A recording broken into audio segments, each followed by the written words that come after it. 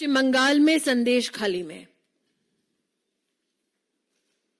कुछ महिलाओं ने मीडिया को संबोधित करते हुए बांग्ला में अपनी व्यथा को व्यक्त किया। यह संभव है कि जिनको बांग्ला नहीं आती वो उन महिलाओं की व्यथा को, क्रोध को, उनकी अवस्था को ना समझा हो। इसलिए आज उन महिलाओं ने जो बांग्ला में कहा उसका मैं हिंदी अनुवाद राष्ट्र के सम्मुख रखना चाहती हूं। बांग्ला में उन महिलाओं ने पत्रकारों से गुहार लगाते हुए कहा, टीएमसी के गुंडों के बारे में, पार्टीर लोक देखे जावे कौन बाड़ीर बहू देखते सुंदर।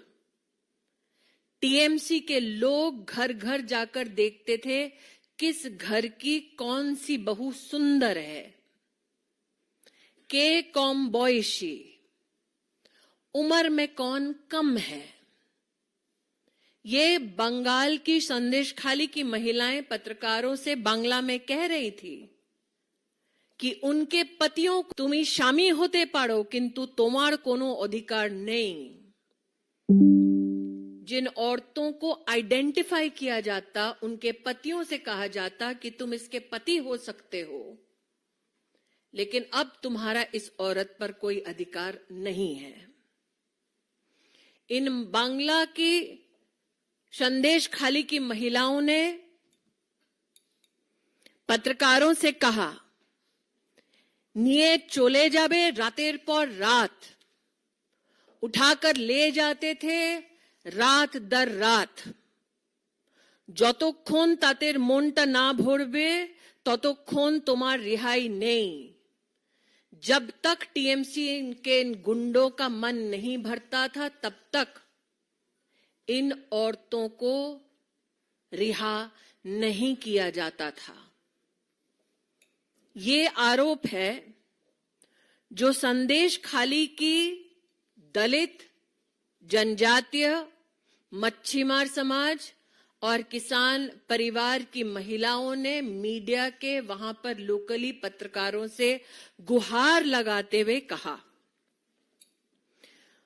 आज इन महिलाओं के अगर वक्तव्य को आप बांग्ला में सुने तो उनका ये कहना है कि विशेष रूप से हिंदू परिवारों में आकर महिलाओं को टीएमसी के गुंडे चिन्हित करके जाते। जो वहां का प्रमुख ममता बंदोपाध्याय का प्रतिनिधि है, उसका नाम है शेख शाहजहां। अब तक शेख शाहजहां के बारे में मीडिया में यह प्रश्न होता था कि ये शेख शाहजहां कौन है। मीडिया के बंधुओं से कहना चाहती हूं कि शेख शाहजहां का नाम आपने तब सुना होगा जब संदेशखाली में ईडी के अफसर गए तो 1000 गुंडों ने उन अफसरों पर पत्थरबाजी की और ईडी को विवश होकर एक स्टेटमेंट देना पड़ा कि उनके 3 अफसरों पर जानलेवा हमला किया गया। ये वो शेख शाहजहां हैं। अब तक लोग पूछ रहे थे शेख शाहजहां कौन है। आज प्रश्न उठता है, ममता बंदोपाध्याय शेख शाहजहां कहां है। ये ग्रामीण अंचल की औरतें हैं जो अपने लोकल मीडिया से बात करने बांग्ला में निकली थी। वर्तमान में सेक्शन 144 उनके क्षेत्र में लगा दिया गया है ताकि इन औरतों का जमावड़ा रोका जा सके। आज मैं मीडिया के हर व्यक्ति से अपील करती हूं, उनकी भाषा किसी को समझ ना आए, लेकिन मैंने यहां पर जो अनुवाद किया है आपको उनका आक्रोश, उनके हालात समझ आए होंगे निश्चित। हिंदू नरसंहार पर सौदा कर ममता बंदोपाध्याय अपना सत्ता का साम्राज्य चला रही है, तो हम सब जानते हैं। घर घर जाकर ममता के गुंडे अब छोटी उम्र के हिंदू परिवार की बहुओं को उठवाकर उनका बलात्कार हो रहा है, उस पर ना कुछ कहती हैं और कहने वालों को विधानसभा से सस्पेंड करा देती हैं। ये अंधा राज चल रहा है। संदेश खाली की महिलाएं आपसे गुजारिश कर रही हैं कि उनकी व्यथा को समझे और पूछे, वेयर इज शेख शाहजहां। इस विषय पे आप लोगों का कोई सवाल हो तो पूछ सकते हैं।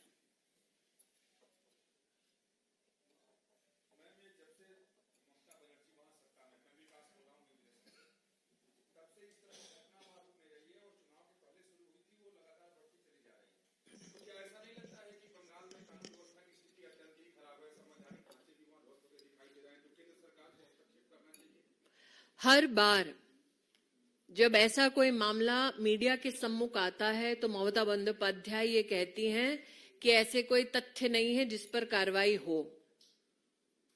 इतने दिन से संदेश खाली में महिलाएं बोल रही हैं। उनको सहयोग देने के बजाय जिनके हाथ में सत्ता भी है और लॉ एंड ऑर्डर की जिम्मेदारी भी, उन्होंने उन गुंडों को जेल नहीं मुहैया कराया, उन पर कोई कार्रवाई नहीं की। और अगर आप बांग्ला में इन महिलाओं के वक्तव्य को लोकल जर्नलिस्ट के लिए सुनेंगे तो कई वक्तव्य ऐसे भी हैं जिसमें वो बोल रही हैं कि ये सब जब घट रहा है तो सामने वहां का पुलिस वाला बाबू खड़ा है। तो गवर्नर बंगाल ने अपनी एक टिप्पणी दी है। मैं स्वयं एक संवैधानिक पद पर हूं, इसलिए अपनी संवैधानिक मर्यादा का मैं उल्लंघन नहीं कर सकती, लेकिन विषय ये उठता है कि ममता बंदोपाध्याय के पास लॉ एंड ऑर्डर की जिम्मेदारी है। कुछ लोग हैं जो देश भर में न्याय के रूप में यात्रा चला रहे हैं, वो भी चुप बैठे हैं। कुछ लोग हैं जो अलायंस की बात करते हैं, वो भी चुप बैठे हैं। ममता बंदोपाध्याय ये जानती हैं कि शेख शाहजहां विशेषतः जानबूझकर छोटी उम्र की हिंदू विवाहित महिलाओं का बलात्कार करवा रहे हैं। अब तक जब ये तथ्य लोकल मीडिया ने उनको प्रस्तुत किए हैं, तब तक उन्होंने कार्रवाई क्यों नहीं की? जिन लोगों ने कार्रवाई की, लेजिस्लेटिव असेंबली में मांग की, उनको सस्पेंड क्यों किया गया? राजनीति छोड़ दीजिए, आप सिर्फ मानवता की दृष्टि से इस विषय को देखिए। गवर्नर क्या करेंगे कॉन्स्टिट्यूशनली वो उनका विषय है, मैं गवर्नर पर टिप्पणी नहीं कर सकती। मैं क्योंकि बांग्ला में उन औरतों ने अपना वक्तव्य दिया, इसलिए आपको उनका वक्तव्य पहुंचा रही हूं। मेरा हाथ जोड़कर करबद्ध निवेदन है कि आप पहुंचे वहां और पूछे, कब तक हिंदुओं की बलि चढ़ती रहेगी, हिंदू औरतों का बलात्कार होता रहेगा, और वो भी स्टेट स्पॉन्सर्ड टीएमसी द्वारा। सुजीत ठाकुर।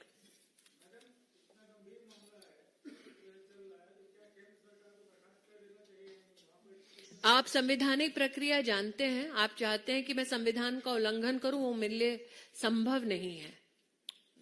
देवेंद्र प्राशर।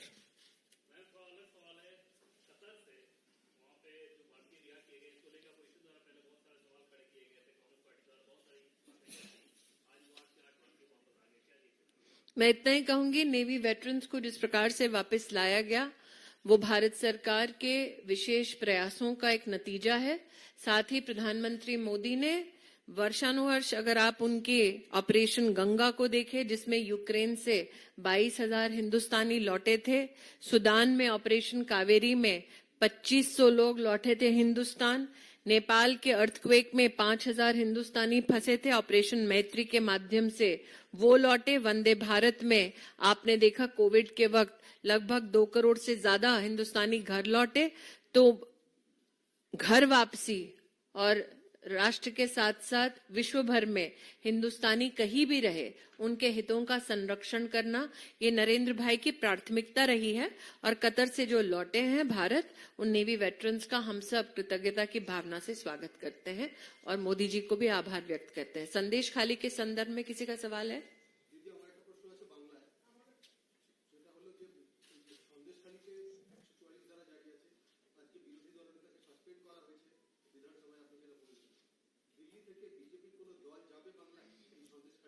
এটা আমি কেন কি এখানে শুধু প্রেস কনফারেন্স করছি, দিল্লি থেকে কে যাবে ওখানে আমাদের উপযুক্ত লিডারশিপটা আছেই, কিন্তু আমি যে এখানে নিবেদনটা জানাতে যাচ্ছিলাম, আপনি কোন চ্যানেল থেকে? ঠিক আছে, আপনাকে আমি করবদ্ধ নিবেদন করছি কি ওখানে বাংলায় তো করবেন, কিন্তু নিশ্চিত হিন্দিতেও করবেন। কারণ কি বহু লোক এটা ভাবছে কি আমরা বাংলা বুঝতে পারি না, তাই দেশে কেউ জানতে পারবে না বাংলায় কি হচ্ছে। बहुत बहुत धन्यवाद आपसे।